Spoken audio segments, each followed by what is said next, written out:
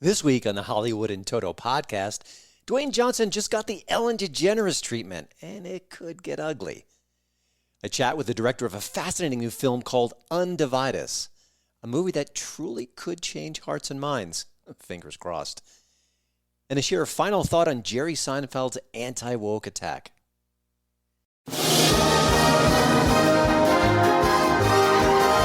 Welcome to the Hollywood in Toto podcast. Entertainment news and reviews without the woke Hollywood narrative. Free speech, free expression. Now that's entertainment. And here's your host, award-winning film critic, Kristi Kendall. Before we jump in this week, I'd love it if you'd subscribe to the Hollywood in Toto podcast. We've got new episodes each Wednesday. We are going video very soon. I know I've been saying that for weeks, but we were this close. Just a few more tweaks behind the scenes, and we're there. And of course, if you like what you hear, if you can give us a 5-star review, or even maybe 4.5, well, that'll suffice over at iTunes. We would greatly appreciate it. You know, back in the day, I interviewed some of the biggest stars on the planet, and I am not exaggerating. Talking Tom Hanks, Will Smith, Julia Roberts, Angelina Jolie. Big names, right? And Dwayne Johnson. He's just big, and a big name, of course. Except Dwayne Johnson wasn't really a star back when I interviewed him in 2004. He was mostly The Rock, an ex-wrestler, trying to elbow his way into show business.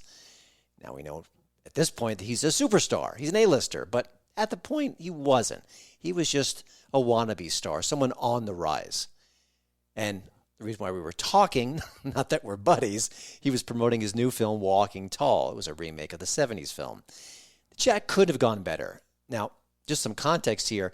I was his last interview of the day in Washington, D.C. That meant he spent all day long answering question after question after question. No, I know that's not a workout, and Dwayne Johnson's no stranger to workouts, but that could be pretty exhausting.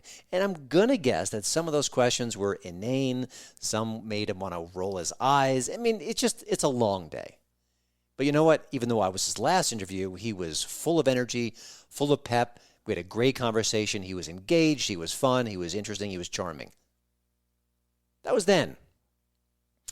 And I just read a report from TheWrap.com. It had some rather unpleasant things to say about Dwayne Johnson. Turns out multiple sources have said that he was a nightmare on the set of his new film. It's called Red One. It's coming this fall. Turns out he would show up late to the set. But I'm not talking 20 minutes, an hour. We're talking 6 to 7 hours, often. And that's when he showed up. Again, these are the allegations. We don't know for sure.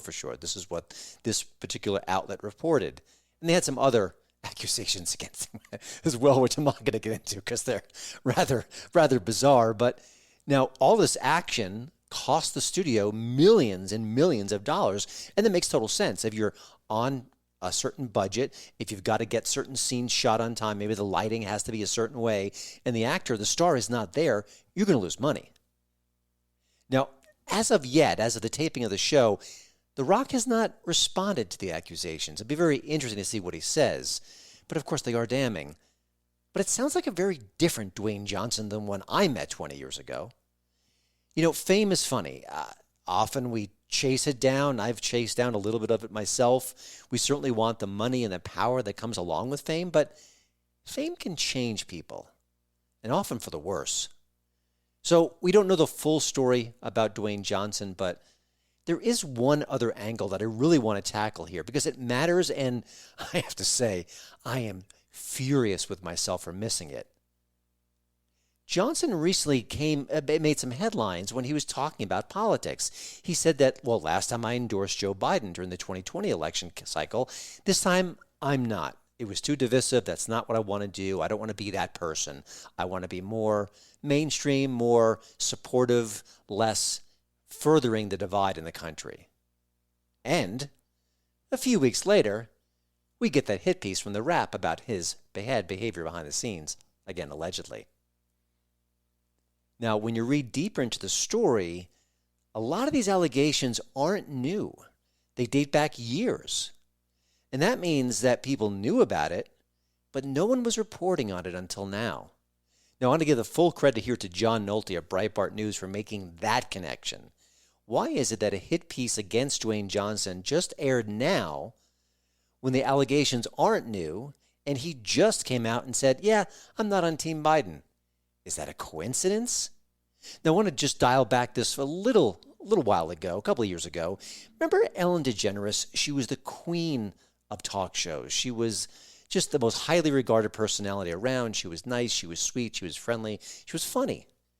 And then she was caught, I believe it was at a sporting event. She was at maybe one of those, where you're not seating, like in a suite, you're not out in the stands. But she was talking to a former president, President George W. Bush, the evil Republican.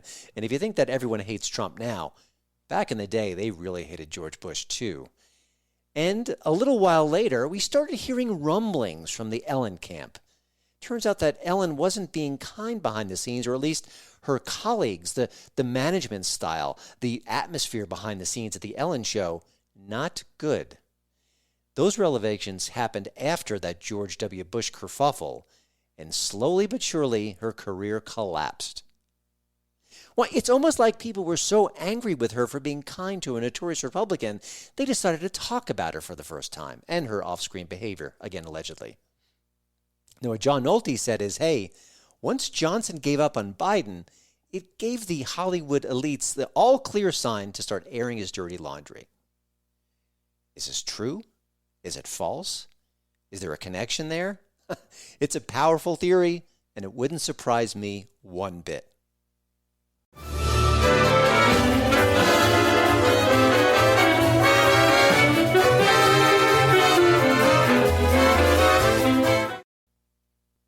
Here's this week's movie trivia question.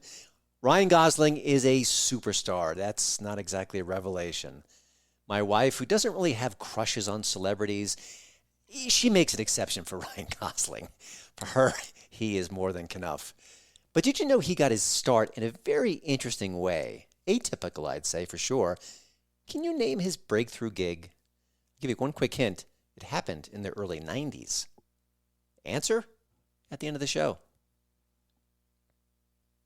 A few years ago, I lost my best friend over a political fight. It was dumb then, it was dumb now, and I bet I'm not alone here. I think a lot of people have lost friends over the last few years. We're just living in a much more divided, angry culture. It's just the truth. And that's why I was so interested and eager to see a movie called Undivide Us. The film, which is screening across the country right now, and it's going to be heading to a streaming platform, I believe, this fall. It invites people from different political persuasions to come to the table and talk. No screaming, no yelling, no canceling, no overturning that table, just conversation. Why do you believe what you believe? Why do you think I believe what I believe? What kind of news do you consume that led you to these conclusions? Can we just explain ourselves and at the end of the day, at the very least, agree to disagree? It's a really vital documentary, and it's fun to watch, too, in a curious way, not in a typical way, but this is not dull, this is not droll. This is really fascinating. But I got to admit, when I first heard about it, I got a press release about the film, I was skeptical. A few months back, there was another film that had a similar-ish theme. Why can't we get along? We should, learn to grow together. It was promoted by Meghan McCain. Now, Meghan McCain is a conservative, a Republican, whatever you want to label her, but she's not a rocked rib version. She hates Trump. She can be more moderate at times, and she seemed like a good conduit for a movie like that. And the movie was a farce, by the way. But not Undivide Us. It's the real deal. That's why I invited the film's director, Kristi Kendall, on the show. I wanted to find out more about the making of the film, what her thoughts are about this project, and how she pulled enough strings to make it all happen. Because, listen, it's much easier to make a hard right or a hard left film in this environment. To make one that really says, hey, can't we all get along? Not so easy. And just for more perspective here and to pull back a bit, I am, of course, a conservative guy. My wife, who you don't know, is a liberal lady. And this summer, we'll be celebrating our 19th wedding anniversary. And I bet before Election Day comes along, we might have a fight or two about politics, no doubt. But we can get along. We have gotten along. We will disagree a time or two, maybe three. But movies like Undivide Us are showing us that we can get along in marriages, in communities, in the culture, and in our country. And yeah, that really matters. Well, first of all, congratulations on the film. You know, when I started watching it, I've seen some other films with a similar theme, and they say they're fair and balanced, and they really aren't. And I thought this was truly fair and balanced. And also, you are reaching across the aisle from both directions. Given that, and given that it's much sexier these days to kind of have a hard-charging, angry project, was it hard to get this off the ground, or were your colleagues and supporters and your funders so eager to put something like this together? Well, I mean, I think I've had kind of a long career in this space, and I had some folks who, when I started talking to them about this issue, they were really excited to get behind it, excited to get behind, and excited for someone who's kind of like me, who I didn't come into this with a political agenda on one side or the other, except for this idea of increasing Americans' confidence that they can actually engage locally and not be screamed at by their fellow citizens. Like that was the agenda, you know? So I do have an agenda, but it's not one that's political with like the reds or the blues. Sure. You know, it's funny. I had come at this conversation from a unique perspective. I think I am conservative, openly so. My wife is very liberal, and we have survived for about 18, 19 years of marriage now. And also, I lost a friend a couple of years ago from a conversation like this where we were disagreeing. He said, I can't take this anymore. We haven't spoken since, so I understand what you're doing, and I appreciate it. And I think one of the things that caught me about the film is there's so many little moments, and I want to share a couple. One was good people are quiet about the fact that we can't talk anymore. And I wanted you to maybe share a little bit more about that, because that's a very powerful statement and a very sad one too. Yeah. And I mean, and the problem is that if good people are silent and believe that we can't talk anymore, then it actually leads to some really negative consequences, because then the people at the extremes actually dominate and control the conversation, and they suck all the air out of the room. And it turns into this like cycle of negativity. It's a race to the bottom, really. So I couldn't agree with you more. I think that the more that we can, the reason I made the film is to encourage that 80%, this exhausted majority of us to feel like, no, you have a moral imperative to speak up and to be active and to be part of it, because otherwise you not only won't get heard, the extremes will actually dominate the conversation in a way that's really unhealthy for this country. I think for years and years, as I'm 55, but as I've been growing up, I thought you could almost be a passive American in that you vote, you pay your bills, you raise your kids, and the system works. But I think staying back now is almost problematic in a way for the very reason you mentioned, because you do let the extremes go on. Another moment from the movie that caught me, and I think it speaks volumes, and I want you to dig into it, is one of the people who were in the debates. She said about something, I just don't see that when someone else was mentioning some proof about what he was discussing. And I thought it was a stunning indictment of the media, because many people aren't seeing things that I might be seeing, that you might be seeing. Can you explore that a little bit? Yeah, no, we I was thinking both of those characters, they we all have our places where we get our news sources, right? And a lot of us don't think about it that much. It's what's coming into our feeds through these algorithms. But I actually think that what that points out is that we have to have incredible consciousness about where our media is coming from, what information we're getting, and also what information is the other side seeing. And because there's probably aspects of truth from both sides, actually, that should be actively considered, because our reality is created by those bubbles. So, and the problem with that is that if you only get your media from one place, you're actually going to both not have an accurate perception of what the whole story is, and you're actually going to view people on the other side as more extreme than they actually are. There's a lot of actually great political science around this, where like if I'm a Republican and I only talk to Republicans and get my media from places, my perception of Democrats is actually going to be much more extreme than they actually are, and vice versa. If I was a Democrat, my perception of Republicans, and so it's fascinating. I mean, you can actually see this sometimes if you're watching in the mainstream media, because the mainstream media does tend to lean a little more left. You know, that they don't consider maybe the same things because their perception, that we all have these perception biases. But like combating that's super important.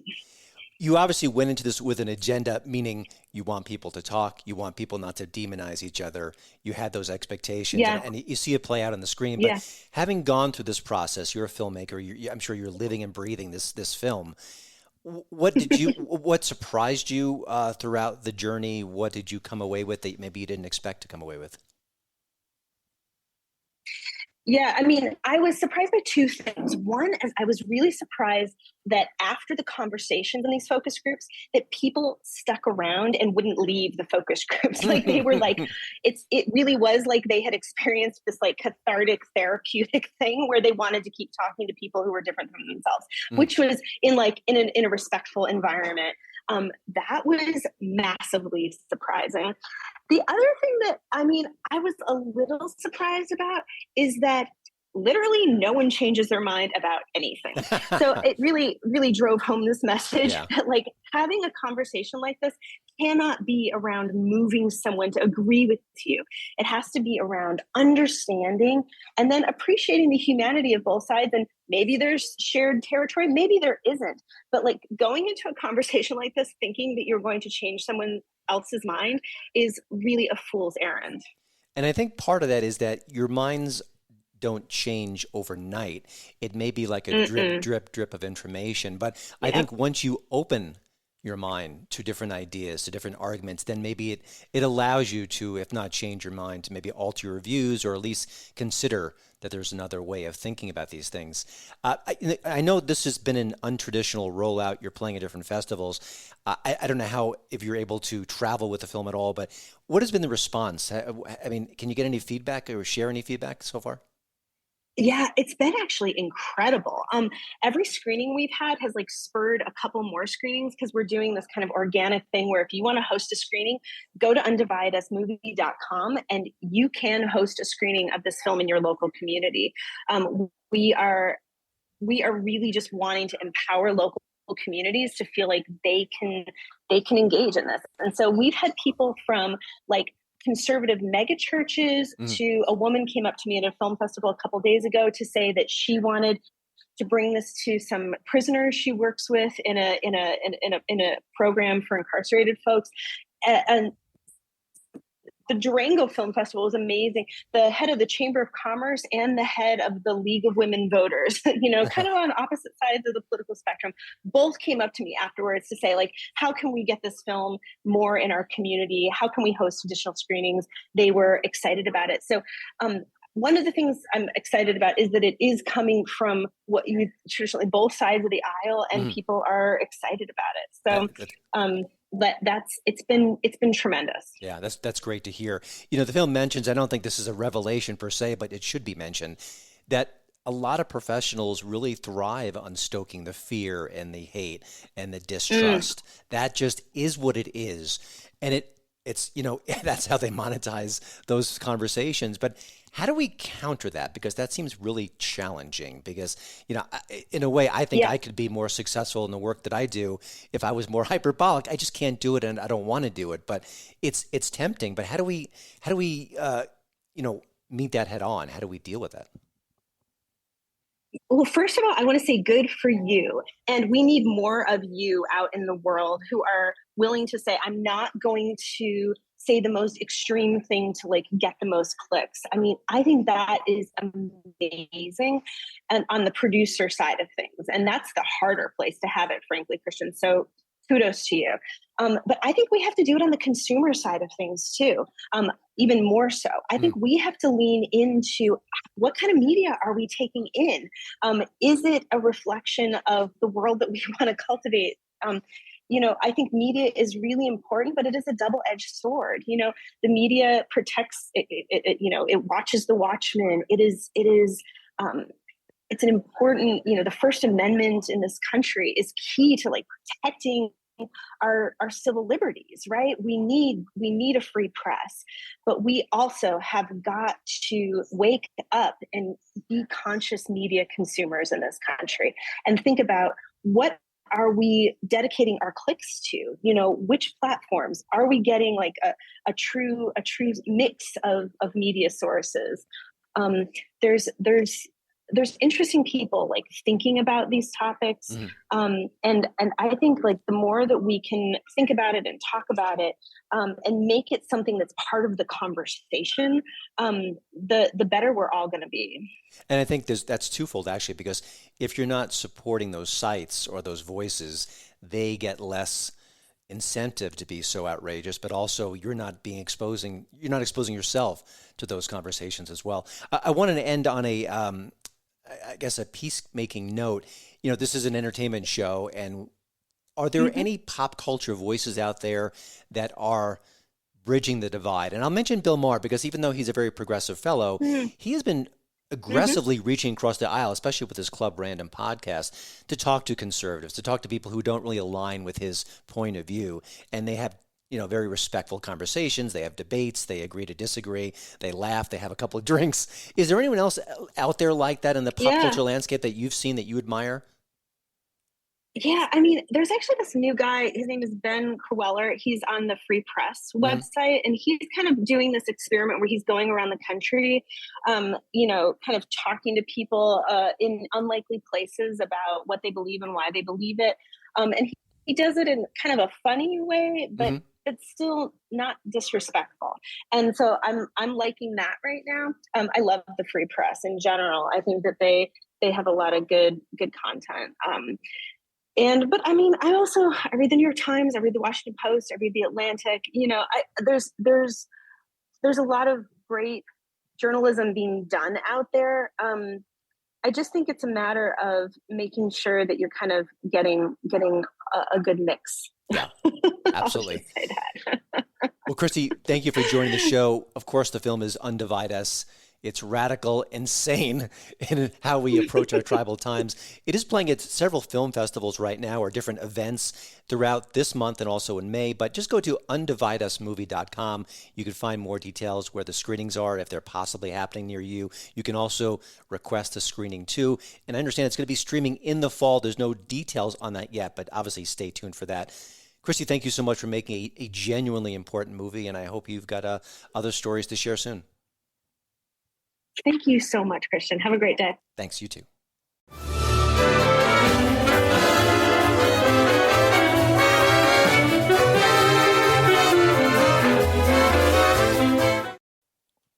Comedian Jerry Seinfeld caused the scene in 2015.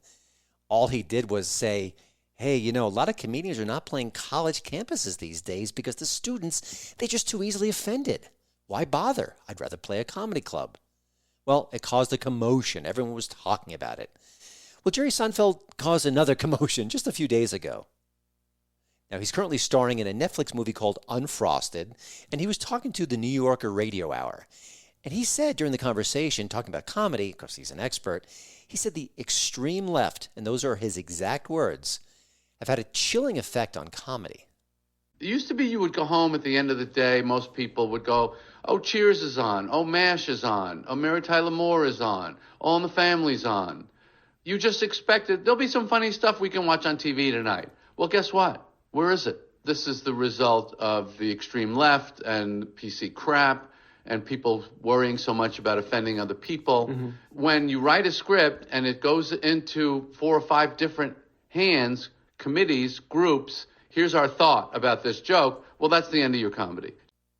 I think he's right. The usual suspects in the media? Oh, no.